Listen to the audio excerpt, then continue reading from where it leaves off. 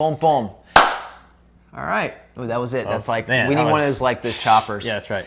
Guys, welcome to your two favorite realtors on the internet. Someone actually, no one's listening on my, maybe Brian's on my channels. No one's really, listening that much. But someone was like, hey, I love y'all's show, the two favorite guys, two favorite realtors on the internet. Stuck. And it stuck. And I was like, bam, we made it. We made it, guys. Listen, fam, we made it. Sandy Roberts, Realty. No, we actually, I have not made it by any stretch, but someone knew us from that video, our show. I love it. So guys, we took a week off. Real quick before we jump into any stats, we took a week off. One, because I can't do the show without my co-host. And so I that's can't just either. first and foremost. And then secondly, Brian, you had a chance to do something that we both know is So crucial, Yeah. but a lot of times it gets pushed to the back burner. Yep. But prioritizing Time. for a break. Yeah. Maybe I can throw a spiritual word on a Sabbath Yeah. for a few days. Yep. How was your time away? Was it So good? good, guys. Yeah, me and my wife got to go to the beach, and it was only possible because of this guy. Well, And others, and, your and mom. others. My mom, yeah. So our broker in charge, who was on a couple weeks ago, mom Yep. came. She came up big. We have an awesome admin support staff. So right, you are, if I can be honest, I'm just going to say it in front of the group, but I would tell this, you are probably one of the hardest working people I know. I think you come by it, your whole family's like that. Yeah. Your dad sets the example. yeah, he does, that's for sure. And you've been working hard doing stuff since you were a young boy. Yeah. So so that like is probably your default. So you Yep. actually have to fight to make Yes. sure Yes. that you implement this. Yeah. And if I do nothing else in your life, I want to be someone that says, Bryant, you need to take a little time, Yeah. and we'll figure out the rest. Yeah. Which is so good. Can I get an amen from the crowd? There's one other. For those who don't know, there's one other person here, and Yeah. she was raised in the roof. We'll Yeah, receive that. That's right. But anyhow, It was good. It was really, really good, guys. And for real estate agents out there that are trying to make it, trying to work as hard as they can, right? The sky's the limit. You can make as much in this industry as you want if you put the time in. The problem is that it will absorb you. Yeah. And in the spring market specifically, it will Right. absorb you because this is when it's go time for a Yeah, lot of us. that's true. And so, yeah. Because there's never, the reality is there's always, you're kind of always on, right? I think that's the gift and the curse of this industry. Yeah. And so on the flip side of that, if you don't intentionally take time where you step away, Yeah. you will technically never have time. Yes. I think we've all been on vacations where it's like, Yep. I'm at a beach or I'm in the mountains, but Yeah. I'm still doing work because I'm Yeah. available. And so being Yeah. able to disconnect while it's scary, I'll be the first to admit. We're of course using our phone right here. Yeah. The thought of being without my phone is yeah. like, Oh, yeah. it's like being stranded on an island with Yeah. no support. Oh, I'm the same I way. feel like naked, Oh, absolutely. but yet I'm ashamed. Oh, my gosh, because yes. I can't live without it. Yes. And so being Yeah. able to just set it aside, It was so good. that's why I think I told your wife, I was like, make sure Bryant, I don't want him to have to worry about any of this, Yeah. Yeah. So it was so good. welcome back. So thank you. All right, good to be back. let's just jump right in. There's so much to press in on per usual. Again, we appreciate folks who are tuning in. Yep. While we might be your two favorite, I'm not by any stretch. Well, this guy might be. I'm by no means doing the most amount on the internet. That's for sure. So our experience is obviously limited to what we're dealing with in this market here in Raleigh or the Triangle at large. Yep. But we are trying to grow and learn. Yeah. Posture of learning. Yep. Posture of humility, and so we're trying to bring that to bear. So let's jump right in. We'll kind of do our mortgage minute, do list side by side, and maybe a little culture stuff on the back side. I like it. Okay, cool. Yep. I want to say historic lows, but I truly. So we got our update today, 5 for Fridays with a mortgage guy. That's great. There's some great ones. Pat Price, and as others have commented, for a top tier. If you have a top tier credit Score. Yeah. I saw a 30-year at like 294 Yes. is a possibility. Yes. Oh, I locked someone in 2 weeks ago at 285. Oh, so you've even seen lower. Oh yeah, I've seen lower. So obviously there's some other stipulations with the terms of that loan, but gosh, we had, it's just insane. We had a closing this week with someone who was able to put as little as 3% down, conventional product, 3.125. Guys, Tell him, Bryant, say something about that. I don't know. I just like the mortgage game is out of control right now in terms of like. Yeah. If you're not refinancing, Yeah. why? Why? Yeah. So consequently, let's just go ahead and like throw this out there. Yeah, please. Mortgage brokers are slammed. And so we have seen a little bit of a longer closing period. Okay. So things are taking a little bit longer. We've seen some delays to closing dates, closing times, underwriters being bogged down because What's that? what you just said. I mean, Yeah. refinances. Yeah. So many people are flooding the refinance world. That's right. So it has caused a little bit of pain on the purchase side. Yeah, but I mean, which goes to say, and of course we're experiencing, we'll talk about in a second, crazy market. Why? Because what buyers are hearing, it's a great time to buy. Yeah. And that's without question. Yes. And especially coming out of the COVID moment, although should be careful saying that because I know. WRAL reported today that there's this kind of a one-day spike or yesterday or something.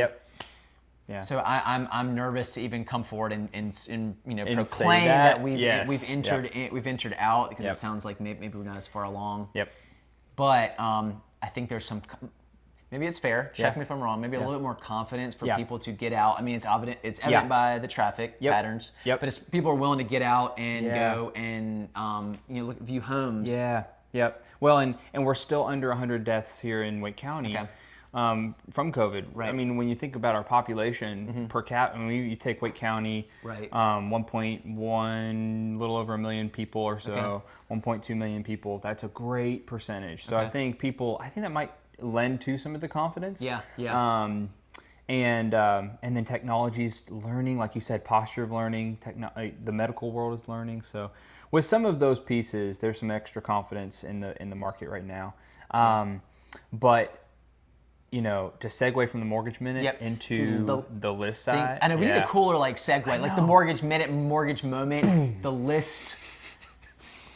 listing lessons. I don't know. Alliteration aside, Bryant, give us something. Give us something. There's a very real reality that what we're feeling in many ways has maybe not as much to do with an increased buying clientele. And more to do with a decreased listing seller clientele. Gotcha. So inventory just keeps plummeting. Right.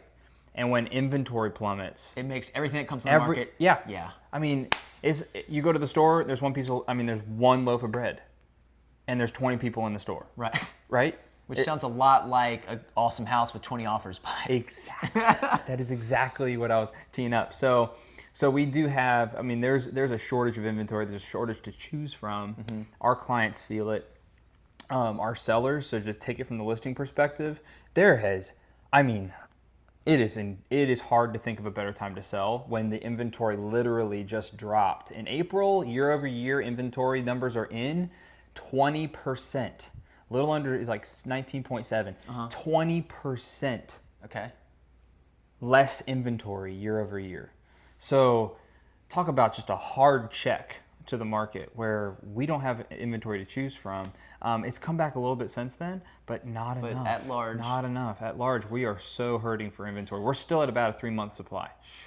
So then to kind of tether that to the buyer's, perspective, whatever. What we're seeing is for homes at I think kind of that 350, maybe even bump it up a little higher, 375, even 4. That are in an attractive location, but let's just call it being in the triangle as an attractive location. Absolutely. That are, for the most part, move-in ready or have something about makes it pop, a modern look, an open concept, whatnot. These are going so quick, and we can't say it enough. I mean, if I can just a birdie told me about some situations that may have theoretically happened, but with a home that's under that 350 mark and in a location that is attractive, again, triangle, kind of northern part. But I mean, we're talking around 20 offers, which is over 20 offers. And for again a home that's under that amount, you might think maybe is it going to 10 to 15 over? No, we're looking at like $20,000 to $30,000 over. That's just on a purchase price front. Then compound that with we're looking at $8,000 and more on due diligence. We're looking at 10,000, 12,000, 50, which is crazy. Which is to say, I want the house and I have the liquid cash. Choose us.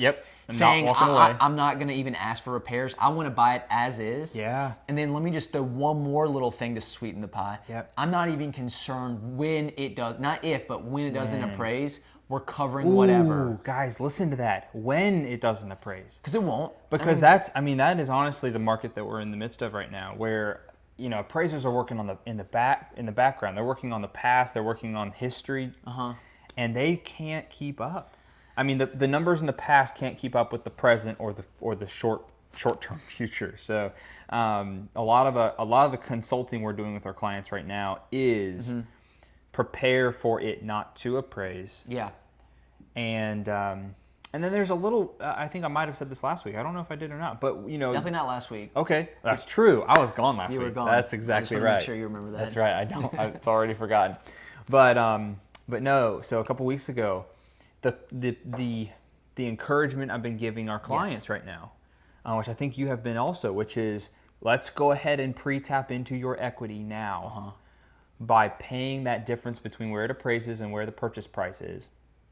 Pre-tap into that equity in a rising real estate market so that you at least get on the train. Because this train, I mean, the housing market train's moving. Right. Especially in the Triangle. You've said it a couple times. We are in pre-Atlanta, Dallas-Fort Worth. I mean, that whole area. We're pre-Austin, Texas. Like that, we are in market conditions of those cities. Right. I think still undervalued, but at some level. Yep.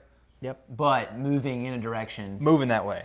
So, yeah. I know. And not to overstate it, but it now is a good time.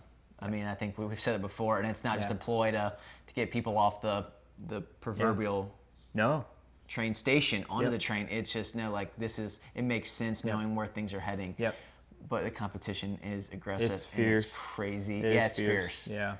It's tough out there. All right, so cool. So that's a little bit of where we are. Thanks for joining us on that. But we're not done. We're not done. No, fam. We're not done. We're going to hit a little bit on culture. That's right. Hey, Bryant, do you want me to start, or do you want to? Yeah. You drop something. Okay. All right. I'll tell you what I've been learning on a kind of a business culture front. Yeah.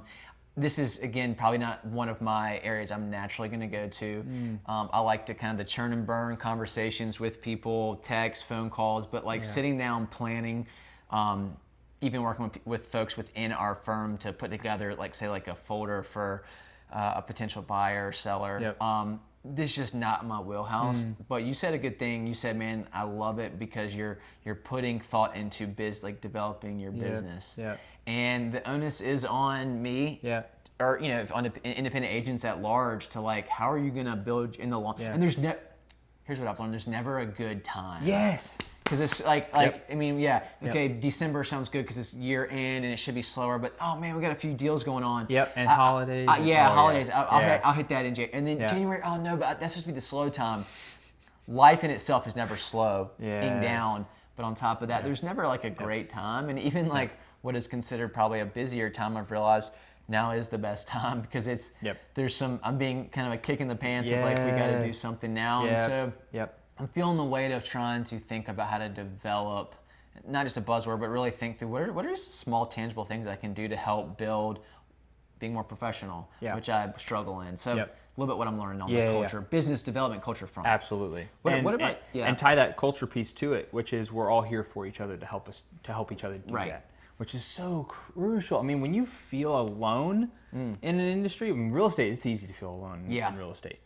And so to feel like you've got a team, a family of people to come alongside of you, maybe the kick in the pants does come from the team, right? Yeah. Where it's oh man, I need to do better, and I'm seeing that because of someone else, or it's just, hey, I didn't think about that till you said that.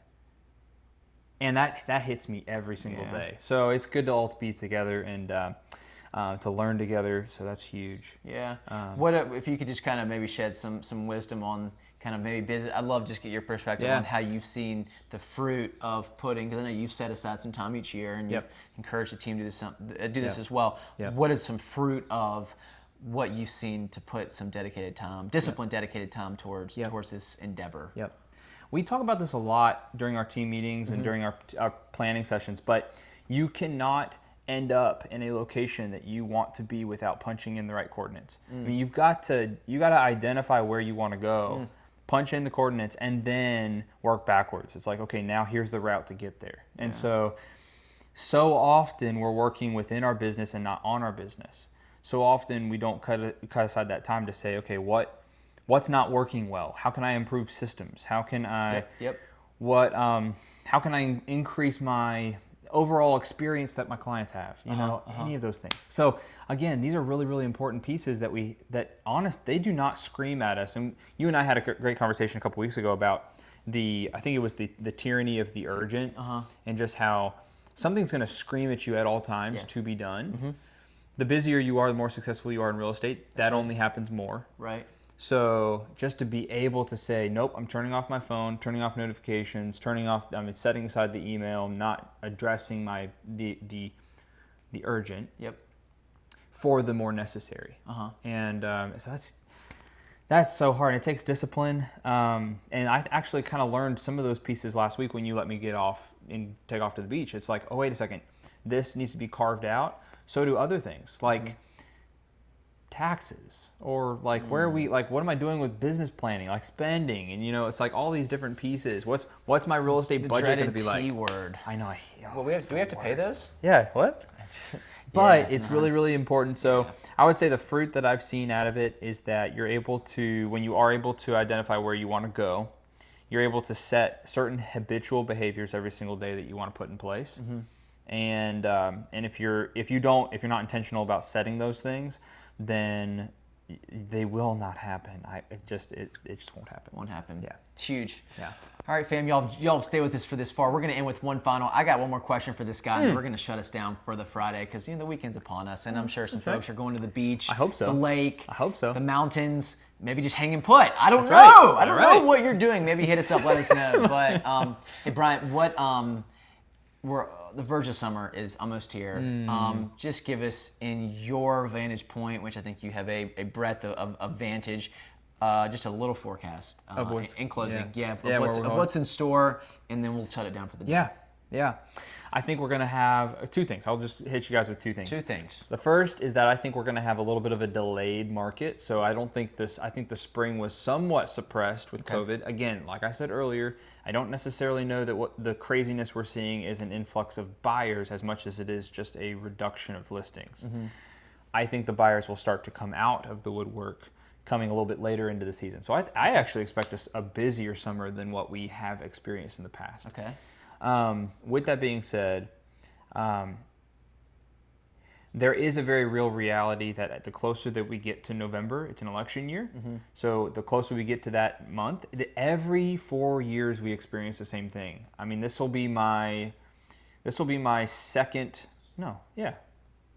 maybe even third. This will be my third presidential election in my career in real estate. And so when you go through this cycle and when you see this take place, you know what you can expect. And so things will actually start to hesitate the closer we get to November, at least based on statistics. So if that's the case, sellers, if you're thinking about selling your house right now, you may not want to sell closer to that date. You may want to sell now, or just see what the market plays out, see how November plays out, see what next spring how that plays out, and all that good stuff. But yeah, I expect a little bit of a delay though. Okay. I think things will be a little bit. That's a word. That's a word for someone today. Yeah, a delay. Yeah. So I think if you're a real estate agent and you're just jumping in right now, don't think that you've missed the sweetest part of the market. I actually think this year right now is going to have a lot in store. Yeah, that's my prediction. Ladies and gentlemen, you have it right there. This is just prime information you can't get anywhere else but from your two favorite realtors on the internet. On the internet. Guys, that's right. Bryant, from Bryant Lovett, myself, Sandy Roberts, thanks for joining us today. Yep. Bryant, thanks for your wisdom. Welcome back. Thank you. We look forward to seeing you next week. Please feel free to hit us up if you have any questions. We'll do our best, or we'll point you in the direction of someone who get them answered. may know more. Yeah. Tell us what you're doing this weekend. Have a great Enjoy weekend. it. See you guys.